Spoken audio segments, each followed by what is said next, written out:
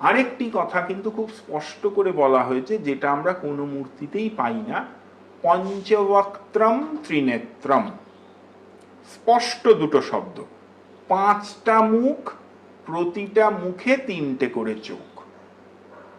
এই জিনিসটা কিন্তু আমরা কোথাও বানাই না। কেন?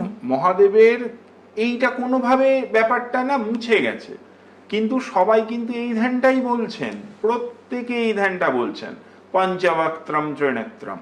পঞ্চবক্ত্র যে বলছি তার মানেটা আর কেউ ভাবছে না, এর মানে কি। মহাদেবের পূর্ব দিকে একটি মুখ, পশ্চিম দিকে একটি মুখ, উত্তর দিকে একটি মুখ, দক্ষিণ দিকে একটি মুখ, আর উপর দিকে একটি মুখ, আকাশের দিকে মুখ করে আছেন। তার মানে তিনি 4 দিক এবং আকাশ সমস্ত দিকেই দৃষ্টিপাত করে রেখেছেন, আর প্রতিটা মুখেই কিন্তু 3টি করে চোখ রয়েছে। এই যে মহাদেবের মূর্তি, যেটা বলে মহাদেবকে আমরা সবসময় পুজো করছি, সেই মূর্তিটা কিন্তু আমরা কখনো বানাচ্ছি না।